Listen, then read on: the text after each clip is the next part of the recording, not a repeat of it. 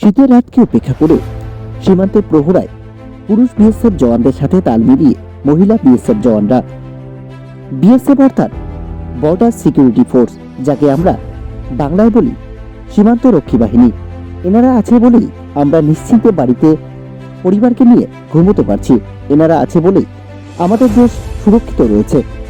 আজ আমরা রয়েছি পশ্চিমবঙ্গের প্রত্যন্ত জেলা কোচবিহারের সীমান্তবর্তী গ্রাম দিনহাটাতে।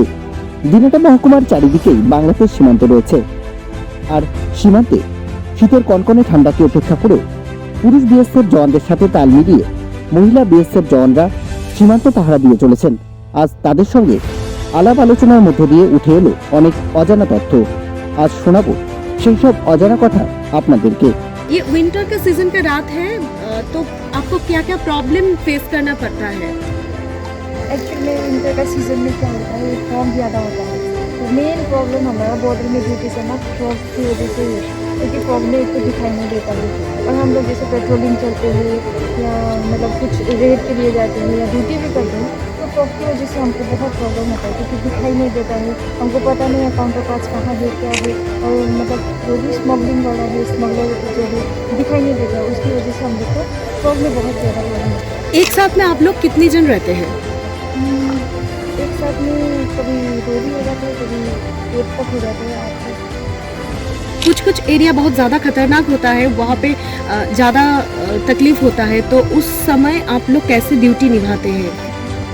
एक्चुअली जहाँ पे मतलब रिच ज़्यादा जो जगह है, वहाँ पे महिला कांस्टेबल जो हम लोग ज़्यादा मतलब नकली ज़्यादा रहते हैं, ज़्यादा मतलब एक दो रिसीव मिल जाते हैं, इसमें 3-4 और जाती है, या कंपनी का नाम हमारे और सब लेवल के सीनियर लेवल के लोग भी जाते हैं। तो उसी हिसाब से हम लोग एरिया के हिसाब से हम लोग ड्यूटी करना है।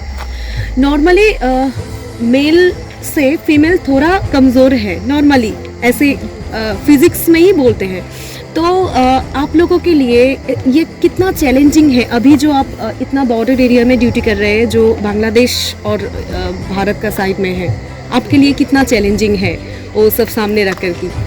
एक्चुअली फौज में क्या है, जेंट्स लेडीज़ सबसे फल देखा नहीं जाता, मगर है बहुत सारा प्रॉब्लम है। मगर लेडीज़ के लिए हम लोग के लिए क्या है, जैसे रात का ड्यूटी में सिर्फ हम लोग अकेले नहीं जा सकते, वो चैलेंजिंग होता है हमारे लिए, क्योंकि हमारे लिए साथ जेंट्स को नहीं पड़ता है, वो चैलेंजिंग है। और कहीं पे हम लोग रेड के लिए जाते हैं, या वहाँ पे जैसे कोई जेंट्स स्मगलर्स हम लोग को मिल जाते हैं, तो उस टाइम पे थोड़ा सा मतलब हम लेडीज से नहीं जा सकते उस टाइम पे, तो जेंट्स हमारे साथ में नहीं।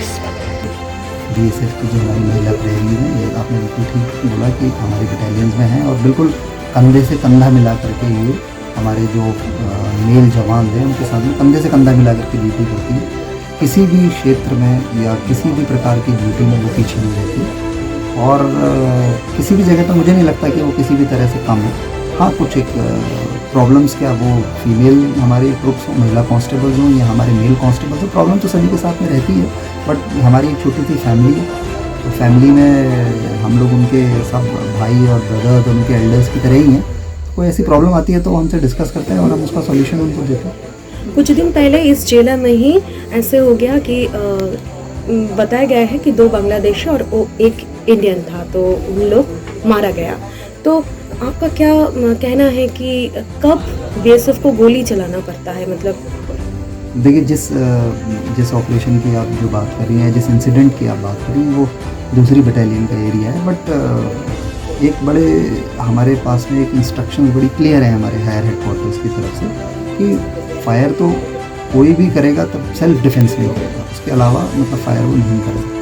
इनफैक्ट आप देखा आपने, जो भी हथियार हमारे पास में है वो सब सेल्फ डिफेंस के लिए ही है हमारे पास में। और ऐसी स्थिति ना आए, ऐसी स्थिति को हम लोग अवॉइड करें। उसके पास हमारे पास दूसरी चीज़ें भी हैं, चिली ग्रेनेड्स हैं हमारे पास में, स्टन ग्रेनेड्स हैं, उनका यूज़ करते हैं, उनका यूज़ पहले किया जाता है। और जब बिल्कुल ही ऐसी स्थिति आ जाएगी कि जहाँ उसको सेल्फ डिफेंस की उसके पास नौबत आ जाए, वो तो फिर आपके पास भी वो राइट है। सेल्फ डिफेंस में तो आप भी अपने आप को बचाने के लिए कर सकते हैं।